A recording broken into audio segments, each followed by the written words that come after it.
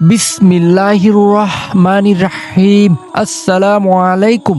সম্মানিত আমার প্রাণপ্রিয় ভাই ও বোনেরা, আজকে আমি আপনাদের সাথে এমন একটি দোয়া শেয়ার করব, যেই দোয়াটি আপনি নিয়মিত পাঠ করলে মহান আল্লাহ আপনার যত বড় ঋণ থাকুক না কেন, এই দোয়াটি নিয়মিত পাঠ করলে আপনাকে আল্লাহ ঋণ থেকে মুক্তি দেওয়ার ব্যবস্থা করে দিবেন ইনশাআল্লাহ।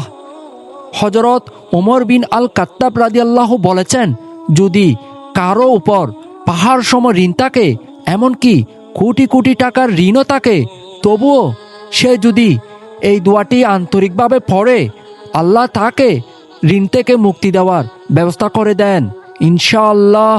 এই দোয়াটি হলো, আল্লাহুম্মা ইন্নি বি হালালিকান হারামিকা ও আকনিনি বি ফাদলিকা আম্মান সিওয়াক।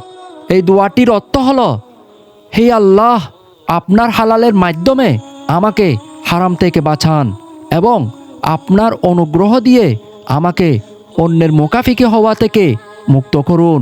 আমিন। আসসালামু আলাইকুম রহমতুল্লাহি ওয়া বারাকাতুহু।